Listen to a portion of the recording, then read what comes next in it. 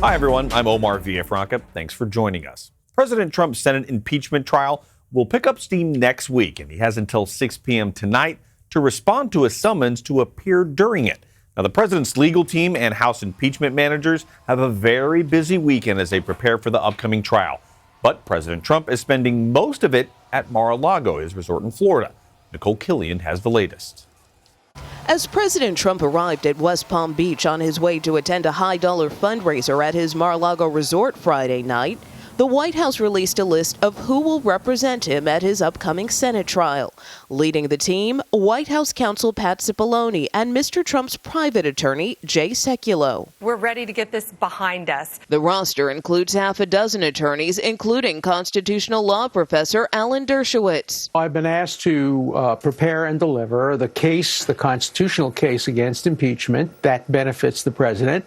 And former special prosecutor Ken Starr, best known for the investigation that led to President Bill Clinton's impeachment. The former intern at the center of the case, Monica Lewinsky, tweeted, "Are you blank kidding me?" I really think that Ken Starr is a disaster. While the president had a different opinion of Starr back then, some White House aides are expressing concern now. Both Starr and Dershowitz once represented convicted pedophile Jeffrey Epstein. Dershowitz was also on O.J. Simpson's defense team and was accused of sexual assault, which he denies. But a White House advisor tells CBS News the president believes the pair will make for great TV ratings. A lot of presidents, some good, some not so good. But you got a good one now, even though they're trying to impeach the son of a bitch. The president lashed out at Democrats who released new evidence from former Giuliani associate Lev Parnas, including photos of Parnas and Trump and messages with congressional aides. The president was self-impeaching almost every single day. House Speaker Nancy Pelosi says the president's actions will be a stain on his record. No matter what the Senate does, It can never be erased. So I want him to know that he is impeached forever. I want to bring in Nikole Killion and Siobhan Hughes. Nikole is the CBS News correspondent. She's actually traveling with the president in West Palm Beach, Florida. And Siobhan is a Capitol Hill reporter for the Wall Street Journal, and she's in our Washington bureau. Nikole, let me start with you. White House has a 6 p.m. deadline today to respond to that summons on impeachment from the Senate. What can we expect from them in the form of a response?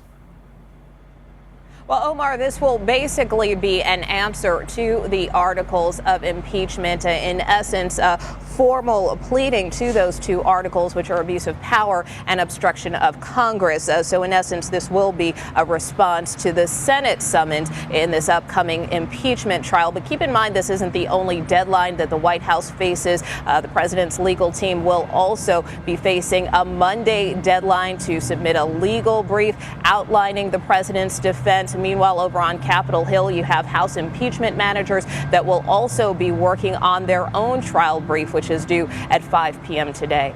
Let me shift over to Siobhan. What are we learning about the Senate trial and what it will look like when it gets moving on Tuesday?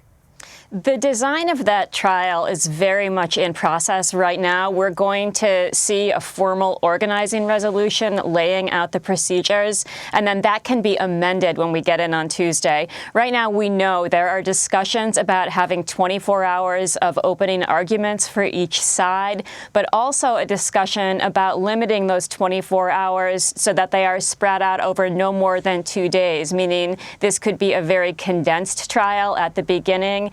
There are also conversations about whether or not to force votes on witnesses before we've heard those opening statements. Democrats likely to make a motion to do that on Tuesday, likely to not be successful, but to put that feature of the trial design into the spotlight. Calling witnesses is something a lot of people are talking about. Let me shift over to Nikole. On Friday, we learned about President Trump's legal team. Who are they? And some of them are well known, so why are some of them being called controversial? Yeah, that's right, Omar. Well, Friday, the White House released a roster of the president's legal team. So it will be led by White House counsel Pat Cipollone and his personal attorney, Jay Sekulow. But as you mentioned, there are some very familiar names on that list, including former independent counsel Ken Starr, as well as Alan Dershowitz, who of course is a Harvard lawyer and also a constitutional expert. And certainly while they bring a lot of star power to the president's team, there are some controversial aspects to their background, some baggage they bring, if you will. Of course, everybody remembers Ken Starr, who led the investigation of President Clinton's alleged affair with Monica Lewinsky, and that ultimately, of course, led to President Clinton's impeachment. And then you also have, again, Alan Dershowitz. Both Dershowitz and Starr have represented a convicted pedophile, Jeffrey Epstein. So, from that standpoint, certainly there are some concerns. But at the same time, the president does believe, according to some White House advisors, that in terms of performance, certainly they could draw some great TV ratings. And Siobhan, the Lev Parnas, of course, saga continues. The White House released some more documents over the weekend. Did we learn any new information there? Nikole had mentioned the correspondence with an aide on Capitol Hill. That was correspondence between Lev Parnas and an aide to Devin Nunes. We also saw a picture featuring Indiana Senator Mike Braun and Lev Parnas. And what this does is it showcases the degree to which potentially the Republicans in Congress were being asked to be part of this pressure campaign against Ukraine. And so it's going to put potentially a lot of Republicans in a very uncomfortable spot as they contemplate the degree to which some of this was being aimed at their own ranks. Nikole, the president is at Mar-a-Lago, and he's obviously the center of this trial. What are you hearing, any word from the White House about how the president is feeling about next week? Well, Omar, we know that the president is at his golf club this morning. Also, he had a fundraiser at his Mar-a-Lago resort last night. But I think if his appearance at the White House yesterday is any indication, it seems he's taking this tongue-in-cheek. He hosted the LSU football team, and you heard in our piece there where he said, now they're trying to impeach and I won't repeat the term, but certainly he used some colorful language there. Also looking at his Twitter feed as well, he seems more focused on his accomplishments and upbeat about the economy and record stocks. And, that's kind of what he's been tweeting about this morning. So certainly trying to take attention away from this impending trial. That's certainly a message we're also seeing from his legal team, that they just want to put this behind them. And Siobhan, Senate Majority Leader Mitch McConnell has previously said that Republicans will be in close coordination with the White House throughout this trial. That raised a few eyebrows with the Democrats.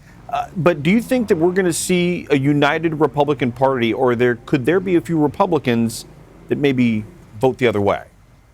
There could be some cracks in the Republican Party. In fact, there are likely to be some cracks. Mitt Romney has already said he would like to hear from witnesses, and so he will vote for that. Susan Collins indicated this week that when the time comes for a crucial vote on hearing from witnesses after opening arguments, she's likely to be a yes. As for whether or not to convict the president, it's not clear any Republicans will break ranks there. They're still contemplating what to do, but it's still an open question. Well, Nikole, Siobhan, I hope both of y'all get some rest this weekend, because next week is going to be wild. Thank you very much for your time.